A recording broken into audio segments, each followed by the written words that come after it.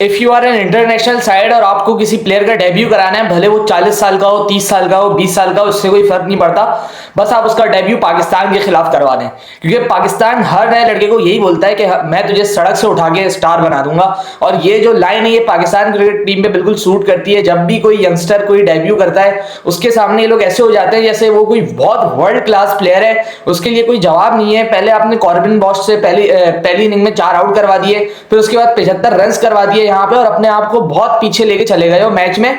तो बहुत कुछ है इस दिन में डिस्कस करने के लिए, आइए नजर डालते हैं आज के दिन पे। सबसे पहले अगर पहले सेशन का हम लोग खेल देखें तो ये देखा गया कि खुर्रम शहजाद को शुरू में नहीं लाया गया दिन के, और ये बहुत सरप्राइजिंग था सभी के लिए, क्योंकि खुर्रम शहजाद सबसे डेंजरस बॉलर लगा था कल पाकिस्तान के लिए, और एक ऐसा बॉलर लगा था जो विकेट ले सकता है। लेकिन इससे आप उसको नहीं इंट्रोड्यूस करवाते। अब क्या वजह थी इसके पीछे ये किसी को नहीं पता, और होपफुली ये वजह इंजरी ना हो, बल्कि कोई टैक्टिक हो पाकिस्तानी कैप्टन की जानिब से। वरना अगर इंजरी हो जाती है खुर्रम शहजाद को वापस से, तो ये बहुत गलत हो जाएगा, क्योंकि खुर्रम के साथ ये बहुत रेगुलरली होता जा रहा है कि खुर्रम इंजर्ड हो रहा है, थोड़ा खेल रहा है, फिर इंजर्ड हो रहा है। तो इस तरीके से क्रिकेट नहीं खेल सकता खुर्रम शहजाद, इसको बहुत बड़ी इंजरी हो जाएगी। इससे पहले पाकिस्तान को कोई हल निकालना चाहिए खुर्रम शहजाद को ट्रीट करने का।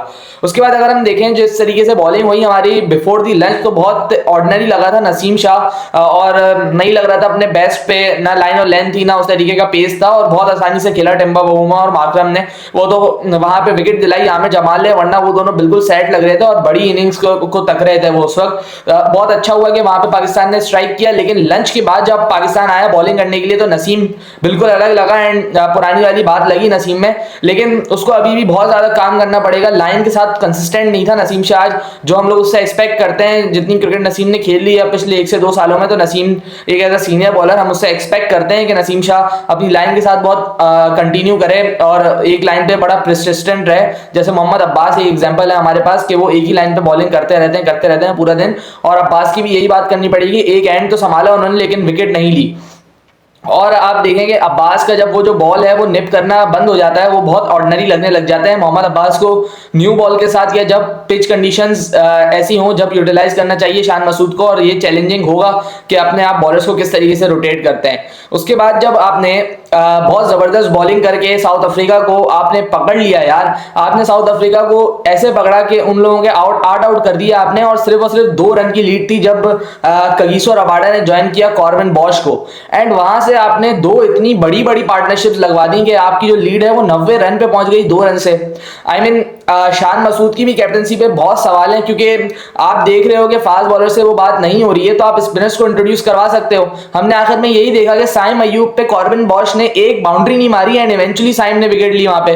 तो कोई out of the box thinking नहीं थी शान की जानिब से, बिल्कुल टेक्स्ट बुक स्टाइल कैप्टनसी करे जा रहे थे, फास्ट बॉलर्स को लगा के रखा हुआ था। एंड ये चीज समझनी पड़ेगी शान को कि जब आपके पास कोई एक्सप्रेसिव पेस वाला बॉलर नहीं है, तो टेल को उड़ाने के लिए आपको स्पिन का ही इस्तेमाल करना पड़ेगा। सलमान अली आगा को यूटिलाइज कर सकते थे, क्योंकि जितनी अच्छी फॉर्म लेके आ रहा है Salman Ali Agha with the ball from ODI series, तो उसको यूटिलाइज करना बहुत लाजमी हो जाता है। अब इस तरीके की फॉर्म को कैश इन करना चाहिए, और सलमान को पहले ही इंट्रोड्यूस करवा देना चाहिए था जब आई थिंक 6 से 7 आउट हो गए थे। जब से अगर सलमान बॉलिंग करता तो वहां पे बहुत जल्दी हम लोग आउट कर सकते थे।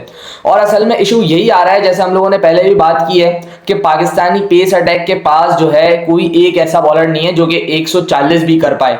नसीम शाह 145 140 करता है, लेकिन he is not regular. Naseem Shah मुझे फिट भी सही से नहीं लग रहा है। नसीम शाह का हमने लास्ट जो स्पेल देखा उसमें नसीम शाह हाँप रहा था बिल्कुल 3 से 4 ओवर का स्पेल करके, और बिल्कुल अपने रिदम में नहीं था नसीम शाह। क्योंकि जो आखिरी प्लेयर था उनका डैन पैटरसन, वो स्टंप से इतना बैक ऑफ करके खेल रहा था, और नसीम से एक यॉर्कर एग्जीक्यूट नहीं हुआ। सिर्फ और सिर्फ एक पक्का यॉर्कर एग्जीक्यूट होता, वो डंडा बाहर आ जाता, उसका इतना वो बैक ऑफ होके खेले जा रहा था, हट के खेले जा रहा था। तो नसीम शाह वहां पे मुझे थोड़ा अनफिट लगा, और अपने 100% पे नहीं लगा नसीम। और यही पाकिस्तान के लिए कंसर्निंग है कि आपको कोई एक ऐसा बॉलर ढूंढना पड़ेगा जो कि रेगुलरली 145 150 पे करता हो, ताकि हम ऐसे सिचुएशन में टेल को तो रैप अप करें एटलीस्ट। हमने यही चीज देखी थी कि हम लोगों ने बांग्लादेश के खिलाफ जब हमारा बॉल सीम स्विंग खत्म हो गया था, तो हम लोगों ने कितनी बड़ी पार्टनरशिप लगा दी थी लितुन दास और मेहदी हसन मिराज की जानिब से। क्यों? क्योंकि हमारे पास एक्सप्रेसिव पेस वाले बॉलर ही नहीं थे जो कि टेल एंडर को तंग कर सके, टेल एंडर को डरा के आउट कर सके। अनफॉर्चुनेट है क्योंकि Pakistan is well known for its fast bowling और हमारे पास कोई एक ऐसा बॉलर नहीं है जो कि एक्सप्रेस हो ज्यादा, जो कि हम लोगों को आउट करके दे। और यहाँ पे हम लोग मिस कर रहे हैं शाहीन अफरीदी को, क्योंकि शाहीन अफरीदी का वो पेस हम लोगों ने देखा था ओडीआई सीरीज में भी और टी20 में भी कि अपने रिदम में वापस आ रहे थे वो, और टेल को स्पेशली उड़ाने के लिए ऐसा बॉलर बहुत जरूरी होता है। लेकिन जो हुआ सो हुआ, शान की बहुत ज्यादा लैकिंग कैप्टनसी में दिखी हमें। अगर शान वहां पे एक अच्छा फैसला लेके स्पिनर को पहले ही ले आते तो ये जो 90 रन का पहाड़ जैसी लीड आपने बनवा दी है ना इस सरफेस पे, ये होती ही नहीं।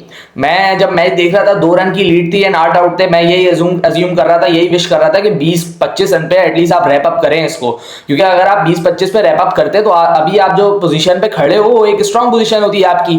अभी भी आपका जो दिन एंड हुआ है वो स्टिल ट्रेल बाय 2 रन पे एंड हुआ है, आप 3 डाउन हो। आपके मिडिल ऑर्डर पे आप रिलाई नहीं कर सकते हो क्योंकि मिडिल ऑर्डर ने आपको उस तरीके से बैटिंग करके नहीं दी है इन दी रिसेंट पास्ट। बाबर आजम खेल तो रहा है लेकिन वो जिस तरीके से खेल रहा है, जिसने उसकी बैटिंग देखी है सिर्फ वही बता सकता है कैसे खेल रहा है। बाबर एक फ्री फ्लोइंग बैट्समैन है और डैन पैटरसन की बॉलिंग पे तो बिल्कुल फंसा हुआ लग रहा था। और मैं बस यही उम्मीद करता हूं जो उसने एक मुश्किल टाइम निकाला है इस वो जो कल जब वो आएगा सुबह तो उसको कैपिटलाइज करे, क्योंकि यही मुश्किल टाइम होता है आपकी इनिंग्स का, जो आखिरी के थोड़े से घंटे होते हैं दिन के, वहां पे आपको खड़े रहना पड़ता है, थोड़ा टाइम निकाल के कल का वेट करना पड़ता है। बाबर ने आज बिल्कुल वही किया है एंड मैं बस यही उम्मीद करता हूं कि बाबर इसको कैरी करे, लंबी इनिंग्स बनाए, क्योंकि बाबर आजम की टीम को बहुत जरूरत है। हमने फिर देख लिया है कि पाकिस्तान टीम की बैटिंग बाबर पे वापस से रिलाई करने लग गई है। अगर बाबर स्कोर करेगा यहाँ पे तो ही हम लोग एक अच्छा टारगेट यानी 200 से 250 तक का जा सकते हैं, वरना बहुत मुश्किल हो जाएगा क्योंकि हमारे पास सिर्फ और सिर्फ 7 विकेट्स हैं और बैट्समैन जो वेल नोन बैट्समैन है हमारे उसके बाद सिर्फ 2 ही बचे हैं, सलमान अली आगा एंड मोहम्मद रिजवान। तो इस पेयर पे बहुत ज्यादा दारोमदार है, एटलीस्ट इसको बहुत लंबा खींचे, 50-60 रन एटलीस्ट मैं आपको बता रहा हूं कि ये पार्टनरशिप लगेगी तो पाकिस्तान गेम के अंदर आएगा, एक होप आएगी पाकिस्तान को। सऊद शकील अगेन टेम्परामेंट की बात है, यहाँ पे सऊद को दिखाना पड़ेगा वो चीज छोड़ दे जो उसने पहली इनिंग में की, बहुत खराब क्रिकेट खेल के आउट हुआ, अपनी नेचुरल गेम से हट के आउट हुआ। एंड सऊद अगर अपने नेचुरल गेम पे रह के खेले एंड अच्छा सर्वाइव कर जाए सेशंस को, शुरू का 1 घंटा बहुत टिपिकल होगा कल सुबह का, अगर वो अच्छा खेले सऊद शकील तो डेफिनेटली पाकिस्तान एक अच्छा स्कोर बना सकता है यहाँ पे और सरप्राइज कर सकता है साउथ अफ्रीका को। अब बात कर लेते हैं अपने ओपनर्स की, दोनों की, शान और साइम की। मुझे ये समझ नहीं आ रहा कि आप 20 और 30s में जाके जो आउट हो रहे हो ये किस तरीके से हो रहे हो। It is an absolute crime in South Africa to get out in 20s and 30s। I mean जो आपका मुश्किल तरीन फेज है आप वो इतना अच्छा खेल रहे हो। वो साइम एंड शान मसूद इतने जबरदस्त शॉट मारे इन्होंने पहले 5-6 ओवर्स में, बिल्कुल नहीं लगा कि मुश्किल विकेट है, लेकिन जब आप वहां पे सेट हो गए हो तो आपको कैपिटलाइज करना है, अपनी टीम को लेके चलना है। Shan being a captain he needs to stand up. हमने बहुत देख लिया शान मसूद को स्टार्ट मिल रहे हैं लेकिन वो उसको कन्वर्ट नहीं कर पा रहे, इसी वजह से उनकी जो एवरेज है वो आज तक 30 से ऊपर नहीं गई है। तो इस शान को थोड़ा ये समझना पड़ेगा कि अगर आप 20s में खेल रहे हैं या 30s में खेल रहे हैं, आप इस तरीके से इतनी सॉफ्ट डिसमिसल की वजह से अपनी विकेट नहीं थ्रो कर सकते।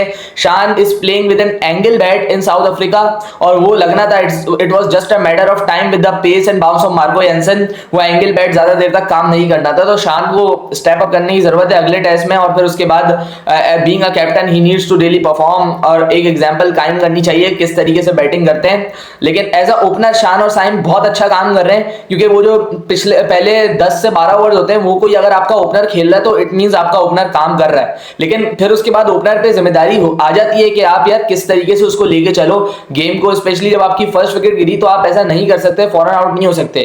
जब तक शान मसूद खेल रहा था तो pressure was on south Africa क्योंकि शान मसूद बाउंड्रीज भी ले रहा था एंड क्विक सिंगल्स भी चुरा रहा था, बट जैसे ही शान आउट हुए हैं तो प्रेशर पाकिस्तान पे आया है, माउंट हुआ है क्योंकि वो जो रन फ्लो था वो रुका एंड स्पेशली फिर विकेट्स भी गिरी, बाबर आजम भी बिल्कुल डेड हो गए। और आई थिंक ये अच्छा ही हुआ कि बाबर आजम आउट नहीं हुआ आज के दिन, वरना ये पाकिस्तान मैच बहुत बुरी तरीके से फंस जाता।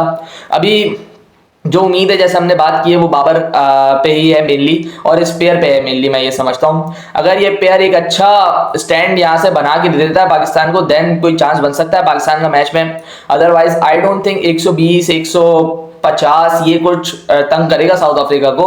You need at least 222 trouble South Africa here, और वहां तक पहुंचने के लिए आपको ये बात याद रखनी है कि आपको 300 रन करने पड़ेंगे।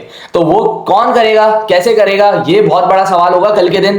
तो उम्मीद यही करता हूं कि पाकिस्तान के बैटर, पाकिस्तान के ace batter, number 1 batter Babar Azam कल स्टैंड अप करें और अपनी इनिंग्स खेलें, टेस्ट क्रिकेट में अपना लोहा मनवाएं, वो जिस वजह से उनको टीम में वापसी लाया गया है। एंड बहुत ज़्यादा उम्मीदें हैं कल के दिन, और बहुत एक अच्छा, एक एक्साइटिंग कॉम्पिटिशन होने वाला है, और उम्मीद यही करते हैं कि पाकिस्तानी टीम टफ फाइट देगी अफ्रीका को एंड हार नहीं मानेगी ऐसे।